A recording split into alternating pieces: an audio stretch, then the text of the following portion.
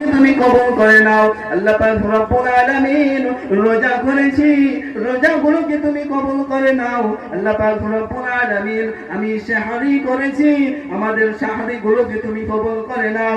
আমাদের ইফতার গুলোকে তুমি কবুল করে নাও। জীবনের যত ইবাদত করেছি সমস্ত ইবাদত গুলোকে তুমি কবুল করে নাও। ও মাওলাই কারীম, তুমি তোমার আল্লাহ সন্তুষ্টির থেকে আমাদেরকে ডেকে নাও। অসন্তুষ্টি, লাঞ্ছনা, আল্লাহ পাক রব্বুল আলামিন তোমার অভিসম্পাদ থেকে আমাদেরকে তুমি হেফাজত করে নাও। আল্লাহ শয়তানি পথ থেকে আমাদেরকে হেফাজত করে নাও। শয়তান সারা বছর ধরে তোমার ইবাদত করেছে, দীর্ঘকাল ধরে ইবাদত করেছে। শয়তানকে তুমি ফেরেশতাদের লিডার বানিয়েছিলে, নেতা বানিয়েছিলে, ইবাদত করেছে। ইবাদত করার পর যখন তোমার ছোট্ট একটা হুকুমকে নিষেধ করেছে, হুকুমকে অমান্য করেছে, হুকুমকে মেনে নেয়নি, আল্লাহ তুমি শয়তানকে বিতাড়িত করে দিয়েছো, শয়তানকে তুমি পথভ্রষ্ট করে দিয়েছো। ও আল্লাহ, আমরাও ইবাদত করি, মাওলাই কারীম নামাজ পড়ি, আল্লাহ পাক রব্বুল আলামিন রোজা করি, জীবনে ইবাদত করি। সেই ইবাদতগুলোকে তুমি কবুল করে নাও, নামাজগুলোকে তুমি কবুল করে নাও, রোজাগুলোকে তুমি কবুল করে নাও।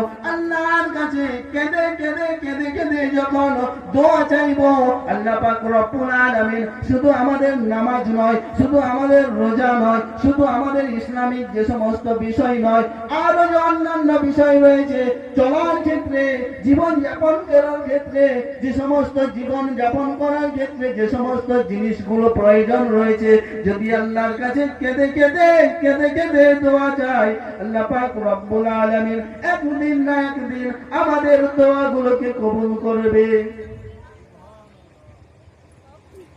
আল্লাহ পাক রব্বুল আলামিনের কাছে আমরা দোয়া চাইবো, আল্লাহ পাক রব্বুল আলামিন আমাদেরকে দ্বীন ইসলামের পথিক বানিয়ে নাও। আল্লাহ আমাদেরকে সরল সঠিক পথের পথিক বানিয়ে নাও।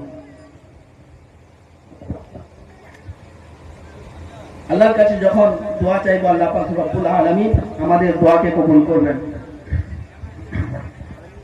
আল্লাহ পাক রব্বুল আলামিন কোরআনুল কারীমের অন্য আয়াতের মধ্যে বর্ণনা করেন, শাহরু রমজান আল্লাযী উনজিলা ফীহিল কুরআন ওয়া হুদাল লিন-নাস ওয়াল ফুরকান ফামান শাহিদা মিনকুমুশ শাহরা ফালইয়াসুম।